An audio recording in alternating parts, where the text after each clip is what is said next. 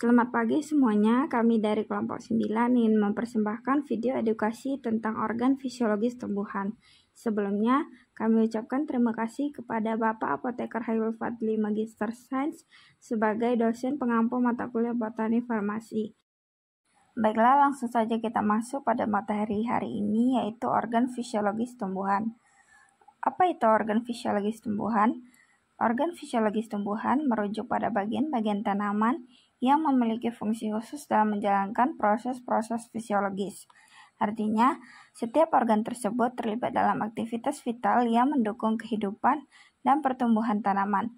Jadi, organ fisiologis tumbuhan adalah komponen-komponen yang memiliki peran khusus dalam menjalankan fungsi biologis yang esensial bagi kelangsungan hidup tanaman. Selanjutnya, apa saja contoh organ fisiologis tumbuhan? Yang pertama itu ada akar, batang, dan daun. Akar menopang tanaman, tanpa akar tanaman tidak hidup, tetapi tanaman memerlukan daun untuk menarik energi matahari dan berguna untuk proses fotosintesis. Batang juga menopang dan menyalurkan makanan dari bawah dan atas. Ranting-ranting memberikan tempat untuk daun. Baik, selanjutnya saya akan menjelaskan tentang akar. Yang pertama ada root hair atau rambut akar. Fungsinya membentuk permukaan yang penting karena dibutuhkan untuk menyerap sebagian besar air dan nutrisi yang dibutuhkan tanaman. Yang kedua ada epidermis.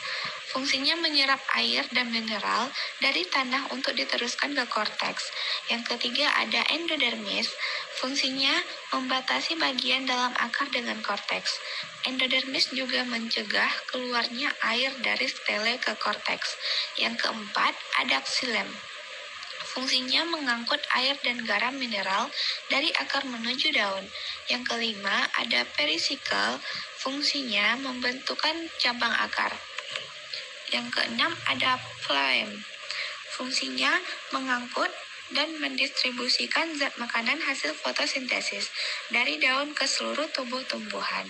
Yang ketujuh ada korteks. Fungsinya sebagai tempat untuk menyimpan makanan.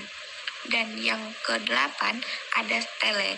Fungsinya untuk alat mengangkut air dan mineral ke seluruh anatomi tumbuhan. Selanjutnya, saya akan menjelaskan struktur pada batang. Yang pertama, ada epidermis. Fungsinya melindungi batang dari kekeringan. Karena dinding sel pada batang bagian luar dilengkapi kutikula yang dapat melindungi batang dari kekeringan. Yang kedua, ada pit atau empulur.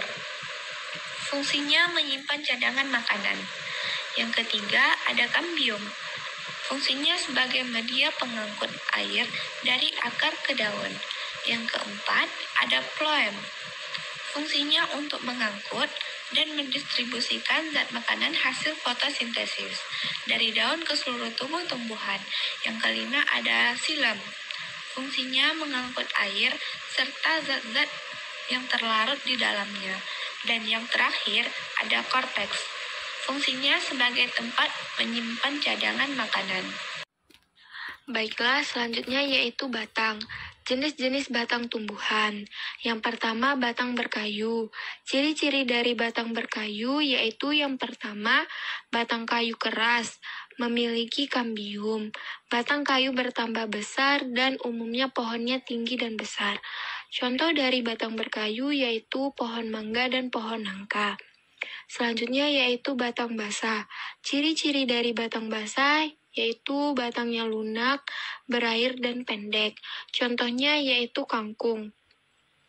Selanjutnya yaitu batang rumput. Ciri-ciri dari batang rumput yaitu batang rumput tidak berkayu, memiliki ruas-ruas yang nyata, dan berongga, serta umumnya pendek. Contoh dari batang rumput itu padi. Selanjutnya yaitu struktur anatomi daun. Di struktur anatomi daun ini yang pertama di paling atas yaitu ada kutikula berwarna hijau. Terus di bawah kutikula itu terdapat epidermis atas. Terus di bawah epidermis atas terdapat mesofil. Di mesofil ini terdapat dua sel, yaitu sel-sel parisade dan sel-sel bunga karang atau spon.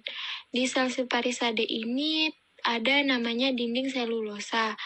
Di dinding selulosa ini terdapat yang pertama yaitu kloroplas, yang kedua sitoplasma, yang ketiga vakuola, dan yang keempat nukleus. Selanjutnya di bawah mesofil itu terdapat epidermis bawah. Terus di tengah-tengah di dekat berkas pembuluh terdapat ruang udara. Terus juga ada berkas pembuluh. Berkas pembuluh daun itu terdiri atas xilem dan floem. Juga terdapat di dekat epidermis bawah yaitu stomata. Juga di samping stomata itu terdapat sel penutup. Sekian. Baiklah, selanjutnya ada fototropisme. Fototropisme adalah pertumbuhan organisme sebagai respon terhadap cahaya. Hal ini paling sering ditemukan pada tanaman, tetapi juga dapat terjadi pada organisme lain seperti jamur.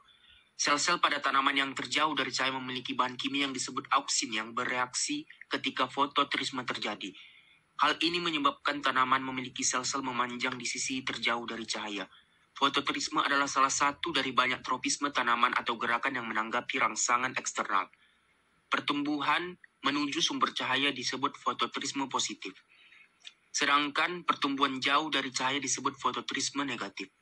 Kebanyakan tanaman tunas menunjukkan fototrisme positif dan mengatur ulang kloroplas dalam daun untuk memaksimalkan energi fotosintesis dan meningkatkan pertumbuhan. Akar biasanya menunjukkan fototrisme negatif, walaupun gravitorisme mungkin memainkan peran yang lebih besar dalam perilaku akar dan pertumbuhan.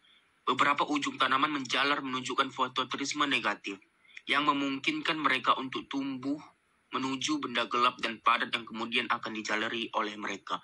Kombinasi atas fototrisme dan gravitopisme memungkinkan tanaman untuk tumbuh menuju arah yang benar.